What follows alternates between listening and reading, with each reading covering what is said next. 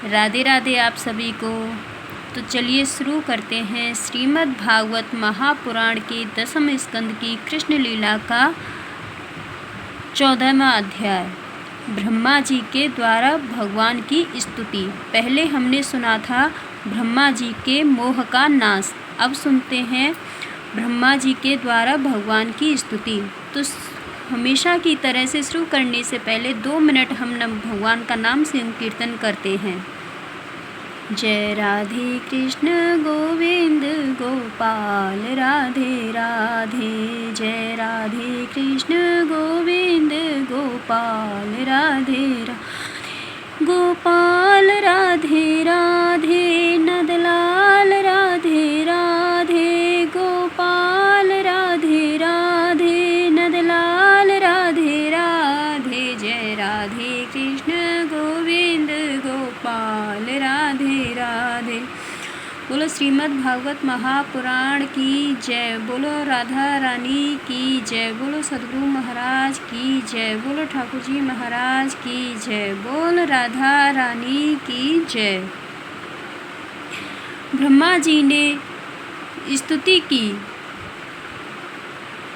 प्रभु एकमात्र आप ही स्तुति करने योग्य हैं। मैं आपके चरणों में नमस्कार करता हूँ। आपका यह शरीर वर्षाकालीन मेघ के समान श्यामल है, इस पर स्थिर बिजली के समान झिलमिल झिलमिल करता हुआ पीतांबर शोभा पाता है। आपके गले में घुंघची की माला, कानों में मकराकृति कुंडल तथा सिर पर मोर पंखों का मुकुट है। इन सब की कांति से आपके मुख पर अनोखी छटा छिटक रही है।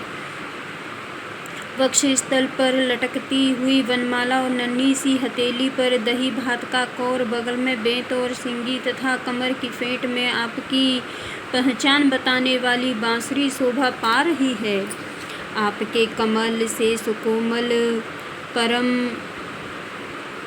सुकुमार चरण और यह गोपाल बालक का सुमधुर भेष में और कुछ नहीं जानता, बस मैं तो इन्हीं चरणों पर न्योछावर हूँ। स्वयं प्रकाश परमात्मा ने आपका यह श्री विग्रह भक्त जनों की लालसा अभिलाषा पूर्ण करने वाला है। यह आपकी चिन्मयी इच्छा का मूर्तिमान स्वरूप मुझ पर आपका साक्षात कृपा प्रसाद है। मुझे अनुग्रहित करने के लिए ही आपने इसे प्रकट किया है।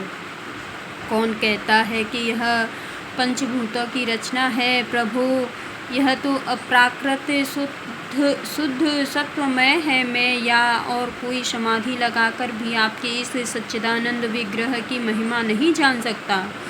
फिर आत्मानुभव स्वरूप साक्षात आपकी ही महिमा को तो कोई एकाग्र मन से भी कैसे जान सकता है? प्रभु, जो लोग ज्ञान के लिए प्रयत्न न करके अपने स्थान में ही स्थित रहकर केवल सत्संग करते हैं और आपके प्रेमी संत पुरुषों के द्वारा गाई हुई आपकी लीला कथा का जो उन लोगों के पास रहने से अपने आप सुनने को मिलती है, शरीर वाणी और मन से विनयान्वित होकर सेवन करते हैं, यहाँ तक कि उसे ही अपना जीवन बना लेते हैं, उसके बिना जी ही नहीं सकते। प्रभु, यद्यपि आप पर त्रिलोकी में कोई भी विजय नहीं प्राप्त कर सकता, फिर भी वे आप पर विजय प्राप्त कर लेते हैं। आप उनके प्रेम के अधीन हो जाते हैं। भगवान, आपकी भक्ति सब प्रकार के कल्याण का मूल स्रोत उद्गम है। जो लोग उसे छोड़कर केवल ज्ञान की प्राप्ति के लिए श्रम उठाते और दुख भोगते हैं, उनको बस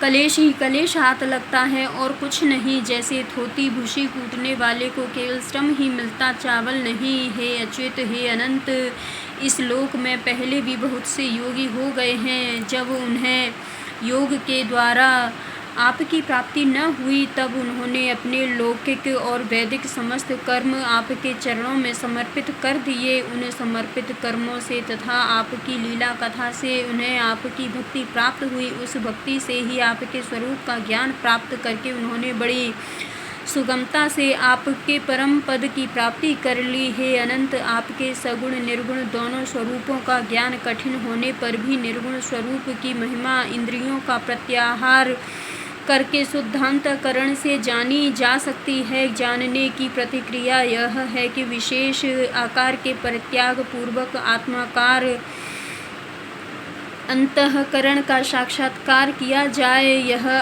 आत्माकारता घटपटाद रूप के समान ज्ञेय नहीं है, प्रत्युत आवरण का भंग मात्र है। यह साक्षात्कार यह ब्रह्म है, मैं ब्रह्म को जानता हूँ, इस प्रकार नहीं, किंतु स्वयं प्रकाश रूप से ही होता है।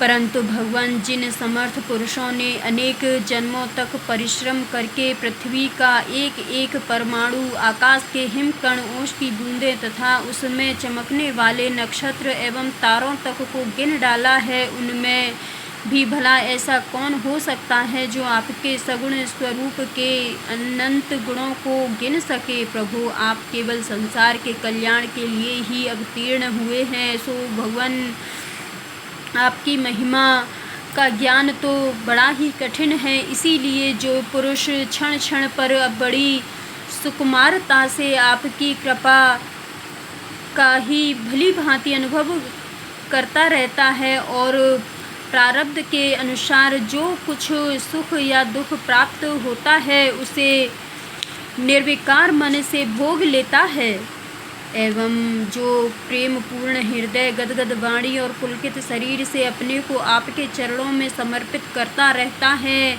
इस प्रकार जीवन व्यतीत करने वाला पुरुष ठीक वैसे ही आपके परम पद का अधिकारी हो जाता है जैसे अपने पिता की संपत्ति का पुत्र। प्रभु, मेरी कुटिलता तो देखिए, आप अनंत आदि पुरुष परमात्मा हैं और मेरे जैसे बड़े बड़े मायावी भी आपकी माया के चक्र में हैं, फिर भी मैंने आप पर अपनी माया फैलाकर अपना ऐश्वर्य देखना चाहा। प्रभु, मैं आपके सामने हूँ ही क्या, क्या आग के सामने चिंगारी की भी कुछ गिनती है। भगवान, मैं रजोगुण से उत्पन्न हुआ हूँ, आपके स्वरूप को मैं ठीक ठीक नहीं जानता, इसी से अपने को आपसे अलग संसार का स्वामी माने बैठा था। मैं अजन्मा जगत करता हूँ, इस मायाकृत मोह के घने अंधकार से मैं अंधा हो रहा था, इसीलिए आप यह समझकर कि यह मेरे ही अधीन है, मेरा भृत्य है, इस पर कृपा करनी चाहिए, मेरा अपराध क्षमा कीजिए। मेरे स्वामी, प्रकृति, महतत्व, अहंकार, आकाश, वायु, अग्नि, जल और पृथ्वी रूप आवरणों से घिरा हुआ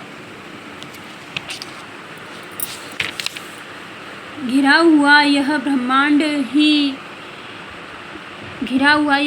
ही मेरा शरीर है और आपके एक एक रोम के छिद्र में ऐसे ऐसे अगणित ब्रह्मांड उसी प्रकार उड़ते पड़ते रहते हैं जैसे झरोखे की जाली में से आने वाले सूर्य की किरणों में रज के छोटे छोटे परमाणु उड़ते हुए दिखाई पड़ते हैं।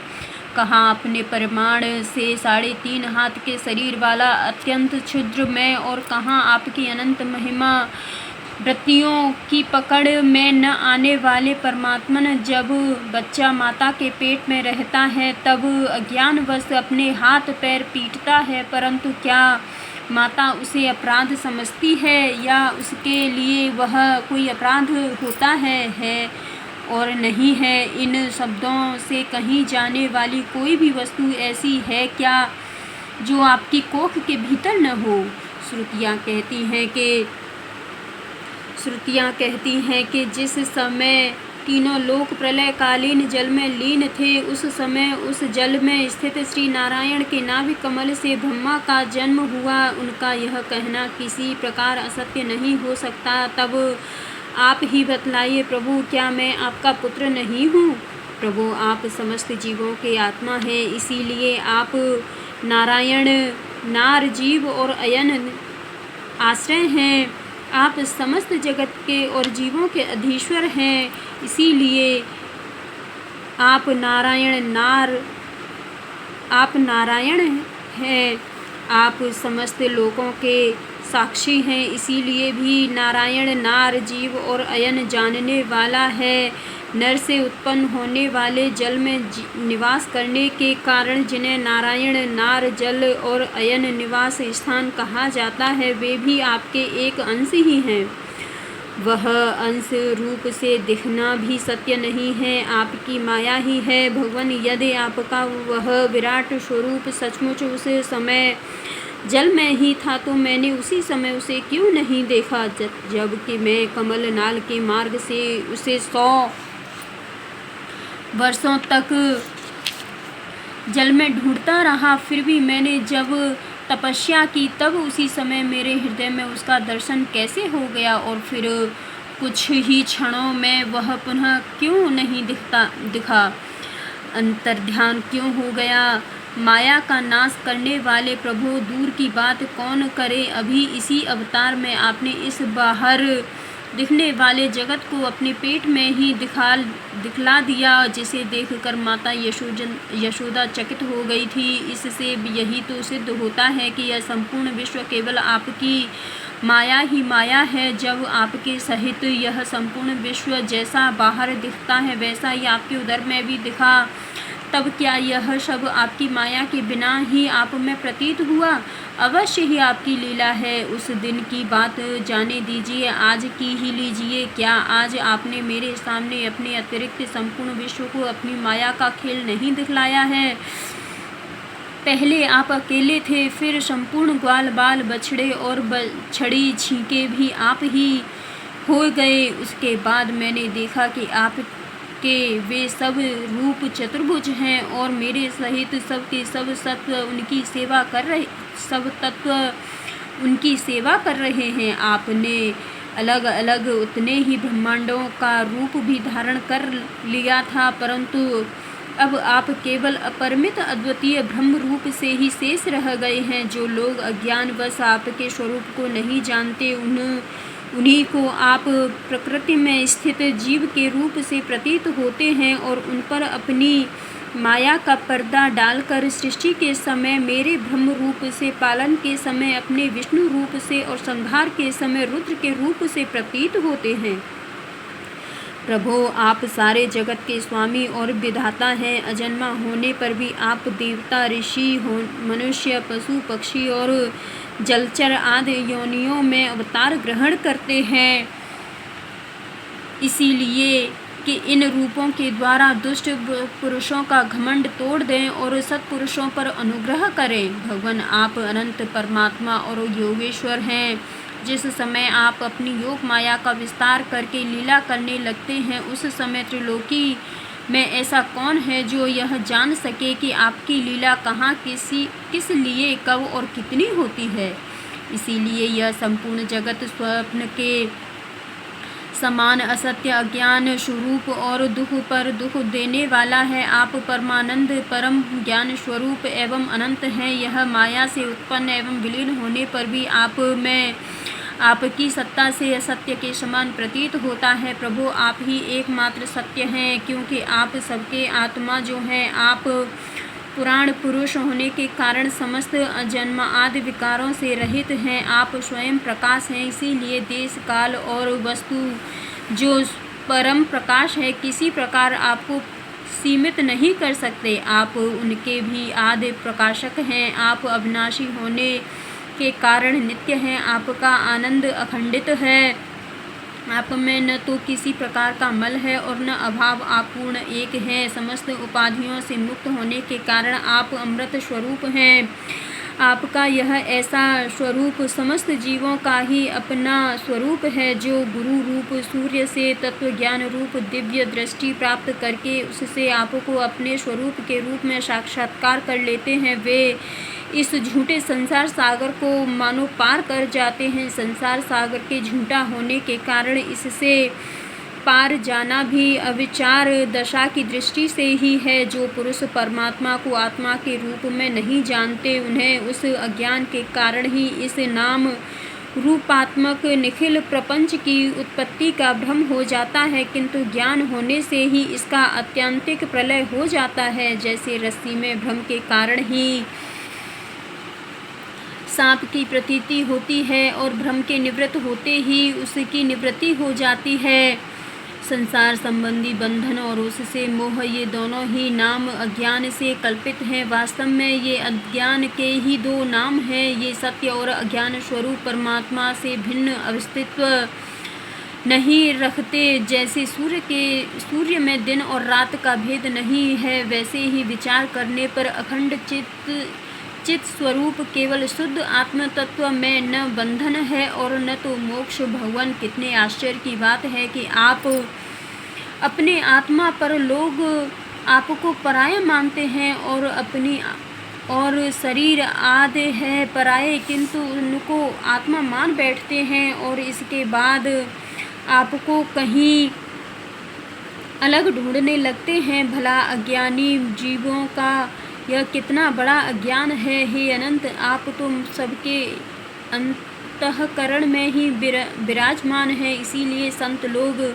आपके अतिरिक्त और जो कुछ प्रतीत हो रहा है उसका परित्याग करते हुए अपने भीतर ही आपको ढूंढते हैं। क्योंकि यद्यपि रस्सी में सांप नहीं है, फिर भी उस प्रतीयमान सांप को मिथ्या निश्चय किए बिना भला कोई सत्पुरुष सच्ची रस्सी को कैसे जान सकता है। अपने भक्तजनों के हृदय में स्वयं स्फुरित होने वाले भगवान, आपके ज्ञान का स्वरूप और महिमा ऐसी ही है, उससे अज्ञान कल्पित जगत का नाश हो जाता है। फिर भी जो पुरुष आपके युगल चरण कमलों का तनिक सा भी कृपा प्रसाद प्राप्त कर लेता है, उससे अनुग्रहित हो जाता है, वही आपकी सच्चिदानंदमयी महिमा का तत्व जान सकता है। दूसरा कोई भी ज्ञान वैराग्य आदि साधन रूप अपने प्रयत्न से बहुत काल तक कितना भी अनुसंधान करता रहे, वह आपकी महिमा का यथार्थ ज्ञान नहीं प्राप्त कर सकता। इसीलिए भगवान, मुझे इस जन्म में, दूसरे जन्म में अथवा किसी पशु पक्षी आदि के जन्म में भी ऐसा सौभाग्य प्राप्त हो कि मैं आपके दासों में से कोई एक दास हो जाऊं और फिर आपके चरण कमलों की सेवा करूं। मेरे स्वामी, जगत के बड़े बड़े यज्ञ सृष्टि के प्रारंभ से लेकर अंत तक आपको पूर्ण तृप्त न कर सके, परंतु आपने ब्रज की गायों और ग्वालिनों के बछड़े एवं बालक बनकर उनके स्तनों का अमृत सा दूध बड़े उमंग से पिया। वास्तव में उन्हीं का जीवन सफल है, वे ही अत्यंत धन्य हैं। अहो नंद आदि ब्रजवासी गोपों के धन्य भाग्य है। वास्तव में उनका अहो भाग्य है, क्योंकि परमानंद स्वरूप सनातन परिपूर्ण ब्रह्म आप उनके अपने सगे संबंधी और सुहृदय हैं। हे अच्युत, इन ब्रजवासियों के सौभाग्य की महिमा तो अलग रही। मन आदि 11 इंद्रियों के अधिष्ठात्र देवता के रूप में रहने वाले महादेव आदि हम लोग बड़े ही भाग्यवान हैं, क्योंकि इन ब्रजवासियों की मन आदि 11 इंद्रियों को प्याले बनाकर हम आपके चरण कमलों का अमृत से भी मीठा, मदिरा से भी मादक मधुर मकरंद रस पान करते रहते हैं। जब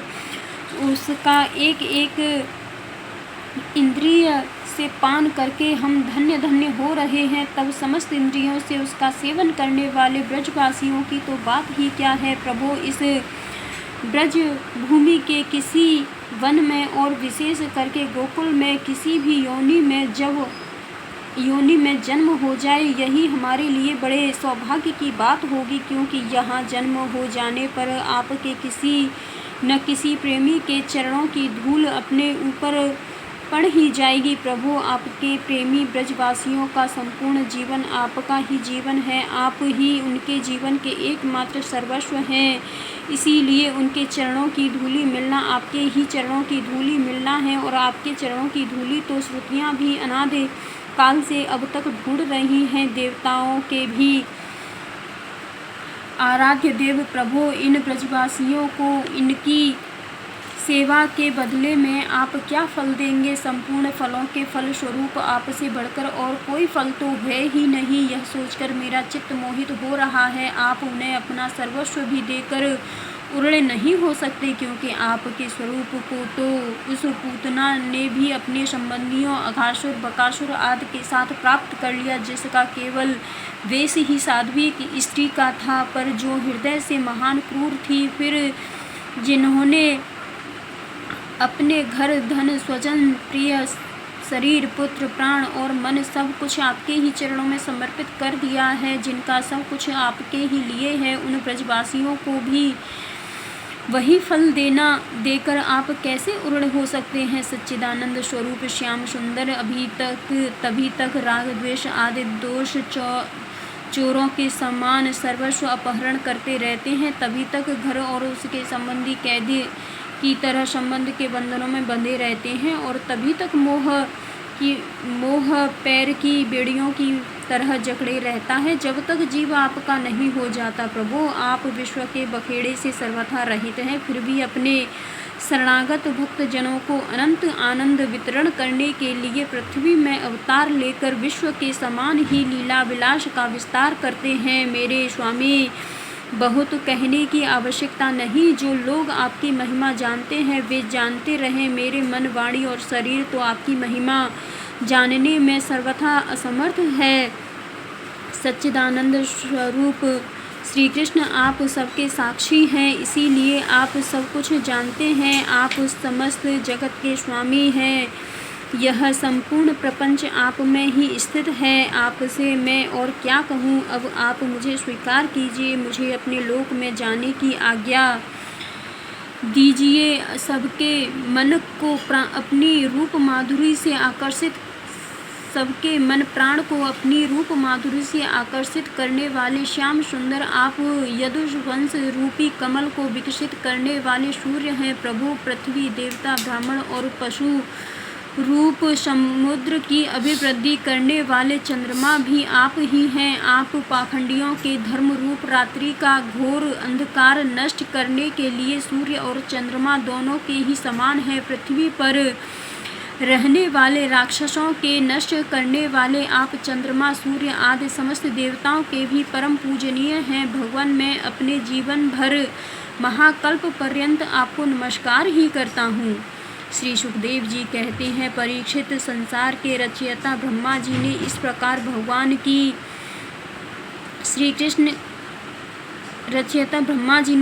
भगवान श्री कृष्ण की स्तुति की। इसके बाद उन्होंने 3 बार परिक्रमा करके उनके चरणों में प्रणाम किया और फिर अपने गंतव्य स्थान सत्यलोक में चले गए। ब्रह्मा जी ने बछड़ों और ग्वाल बालों को पहले ही यथा स्थान पहुंचा दिया था। भगवान श्री कृष्ण ने ब्रह्मा जी को विदा कर दिया और बछड़ों को लेकर यमुना जी के पुलिन पर आए, जहाँ वे अपने सखा ग्वाल बालों को पहले ही छोड़ गए थे। परीक्षित, अपने जीवन सर्वस्व प्राण वल्लभ श्री कृष्ण के वियोग में यद्यपि 1 वर्ष बीत गया था, तथापि उन ग्वाल बालों को यह समय आधे क्षण के समय जान पड़ा। क्यों न हो, वे भगवान की विश्व विमोहिनी योग माया से मोहित जो हो गए थे। जगत के सभी जीव उसी माया से मोहित होकर शास्त्र और आचार्यों के बार बार समझाने पर भी अपने आत्मा को निरंतर भूले हुए हैं। वास्तव में उस माया की ऐसी ही शक्ति है, भला उससे मोहित होकर जीव यहाँ क्या क्या नहीं भूल जाते हैं। परीक्षित, भगवान श्री कृष्ण को देखते ही ग्वाल बालों ने बड़ी उतावली से कहा, भाई तुम भले आए, स्वागत है स्वागत। अभी तो हमने तुम्हारे बिना एक कौर भी नहीं खाया है। आओ इधर आओ, आनंद से भोजन करो। तब हंसते हुए भगवान ने ग्वाल बालों के साथ भोजन किया और उन्हें अघासुर के शरीर का ढांचा दिखाते हुए वन से ब्रज में लौट आए।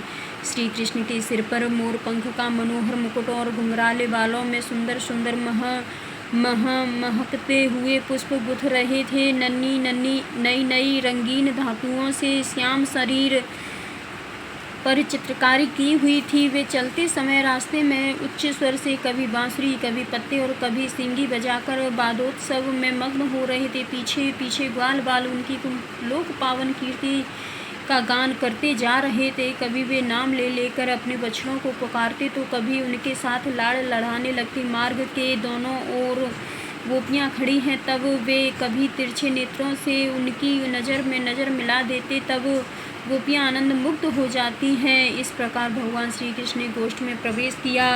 परीक्षित उसी दिन बालकों ने ब्रज में आकर कहा कि आज यशोदा मैया के लाडले नंद नंदन ने वन में एक बड़ा भारी अजगर मार डाला है और उससे हम लोगों की रक्षा की है। राजा परीक्षित ने कहा, ब्राह्मण ब्रजवासियों के लिए श्री कृष्ण अपने पुत्र नहीं थे, दूसरों के पुत्र थे, फिर उनका श्री कृष्ण के प्रति इतना प्रेम कैसे हुआ? ऐसा प्रेम तो उनका अपने बालकों पर भी पहले कभी नहीं हुआ था। आप कृपा करके बतलाइए, इसका क्या कारण है? श्री सुखदेव जी कहते हैं, राजन, संसार के सभी प्राणी अपनी आत्मा से ही सबसे बढ़कर प्रेम करते हैं, पुत्र से, धन से या और किसी से भी।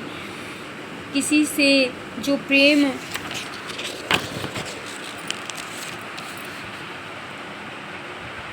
होता है वह तो इसीलिए कि वे वस्तुएं अपने आत्मा को प्रिय लगती हैं। राजेंद्र, यही कारण है कि सभी प्राणियों का अपने आत्मा के प्रति जैसा प्रेम होता है वैसा अपने कहलाने वाले पुत्र, धन और गृहस्थ आदि में नहीं होता। नृप श्रेष्ठ, जो लोग देह को ही आत्मा मानते हैं वे भी अपने शरीर में जितना प्रेम करते हैं,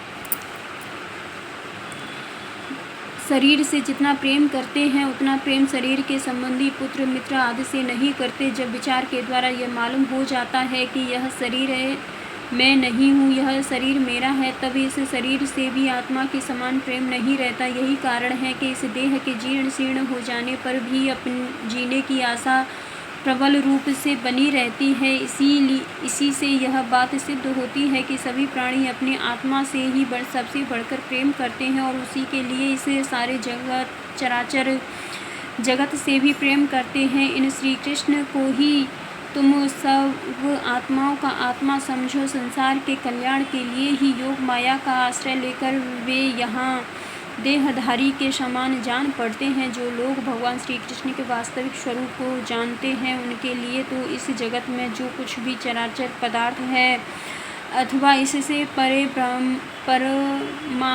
परमात्मा ब्रह्म नारायण आदि जो भगवत स्वरूप है सभी श्री कृष्ण स्वरूप ही हैं। श्री कृष्ण के अतिरिक्त और कोई प्राकृतिक अप्राकृतिक वस्तु है ही नहीं।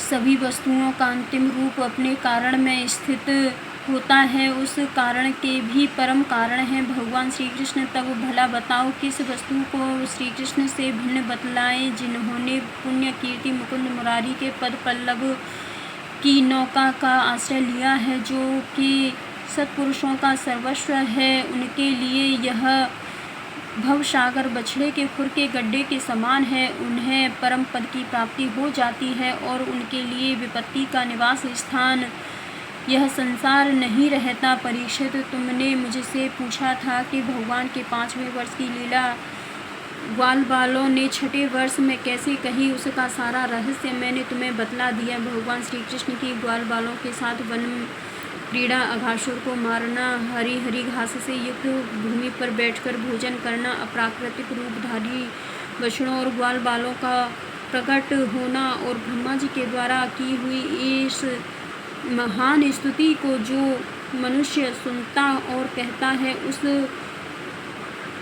उसको धर्म, अर्थ, काम और मोक्ष की प्राप्ति हो जाती है। परीक्षित, इस प्रकार श्री कृष्ण और बलराम ने कुमार अवस्था के अनुरूप आँख मिचौनी, सेतु बंधु बंदरों की भांति उछलना कूदना आदि अनेकों लीलाएं करके अपनी सुकुमार अवस्था ब्रज में ही त्याग दी।